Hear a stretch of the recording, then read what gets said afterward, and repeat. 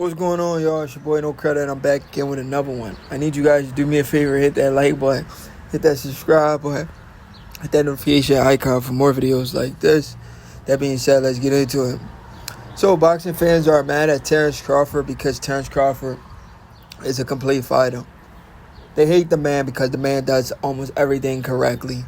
I said almost because God doesn't create perfect human beings. We have flaws, so I say almost. But if there was ever a guy close to being perfect when it comes to sports, because he could do it all. Basketball, name the sport, this guy could do it all. He's an all-around athlete, and he's a smart individual, very crafty businessman. A lot of people used to say, man, Terence Crawford does bad business. Terence Crawford does bad business.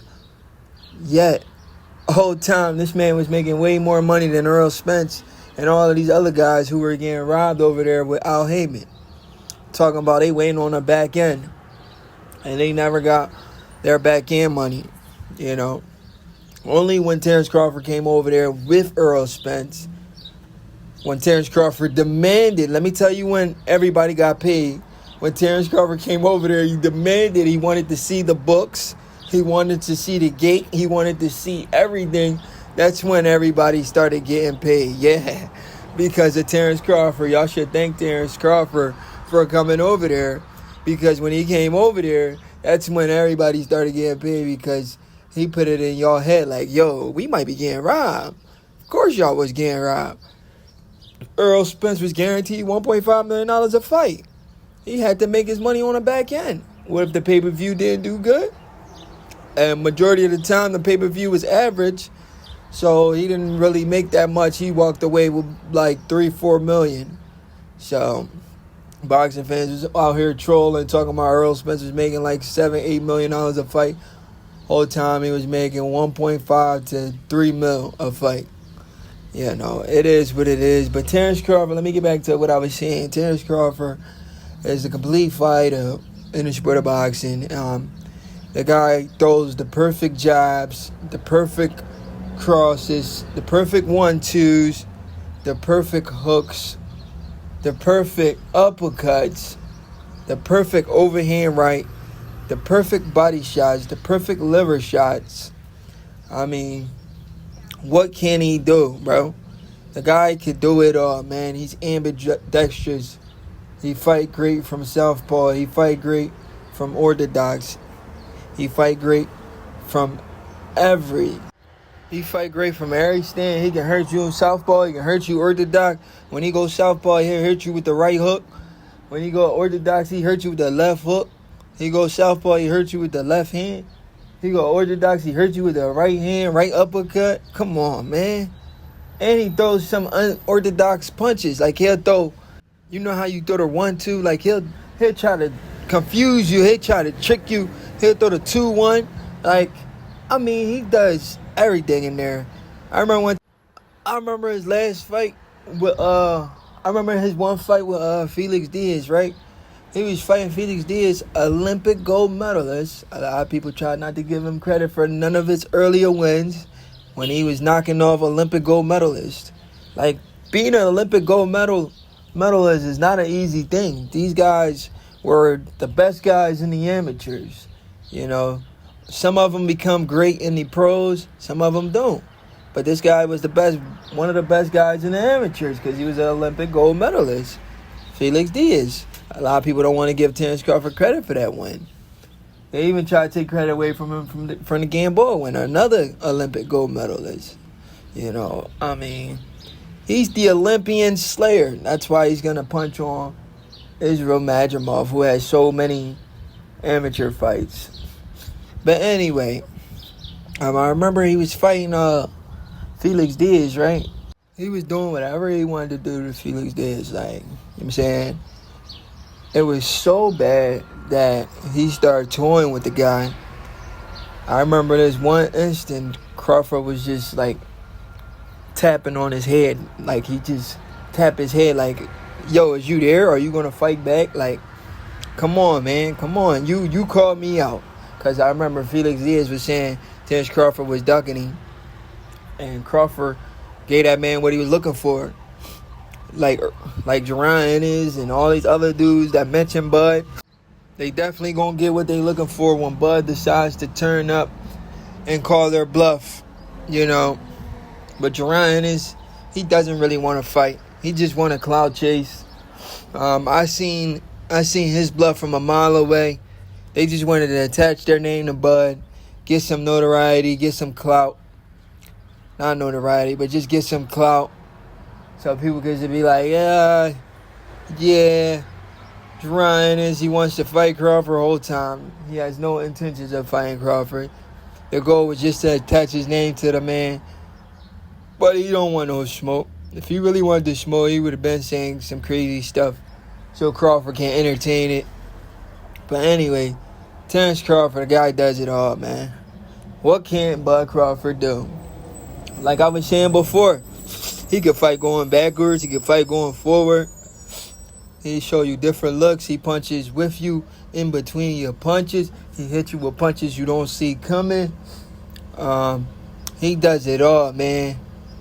Man, his footwork is impeccable. His defense is impenetrable. The guy, I don't think Terence Crawford ever wasted a punch. The guy don't waste any punches. He's that much of a sniper, man. He lands almost close to 100% of his punches, man. 100% of his power punches. Now, I'm reaching. He lands about 50% of his power punches. Well, over 50%. I remember one fight he was fighting, I think he landed like 70% of his power punches. So, he has one of the highest percentages in power punches. And people say Terence Crawford don't have defense. And he has the lowest out of all of the welterweights. He's moving up to junior welterweight now. Out of all of the welterweights, he has the lowest amount of land percentage. Like the amount of percentages opponents land on him is the lowest at welterweight. You know, so that tells you right there he had the number one defense at welterweight. Yeah, boxing fans will say Terence Crawford don't got no defense. He's great offensively, but he slacks defensively. That makes no sense because according to the numbers are saying one thing. Boxing fans are saying the complete opposite. But anyway, Terence Crawford is so good that people hate on him. The boxing fans hate on him, and even boxers hate on him. And the crazy thing is, they hate on the man, yet they want to be like the man. The Jerron Ennis of the world, he hates on Terence Crawford. Every time he does an interview, he takes it upon himself to shit on Terence Crawford. He takes it upon himself to say something negative about Terence Crawford. Every time Jerron Ennis does an interview, he says some bullshit. Every time, bro, I listen to this guy every time. I'm like, yo, Ennis, bro, watch your mouth, bro. You can't even tie this man's shoes, bro. Why you even mentioning his name? You can't even tie his shoes. You're trying to play catch-up. You're trying to do something he already did. He's the one who started becoming undisputed. Everybody wants to be undisputed because of Terence Crawford. Terence Crawford gets twisties and he gets his hair braided. He starts growing his hair out. Jerron Ennis starts growing his hair out. Like, you want to be this guy so bad. Terence Crawford fights ambidextrous. Jerron Ennis want to act like he's ambidextrous. Like, he want to be a switch hitter. Like, come on, bro. You want to jack this man's style so bad, bro. It's ridiculous, man. You want to do everything this man doing, but you refuse to give.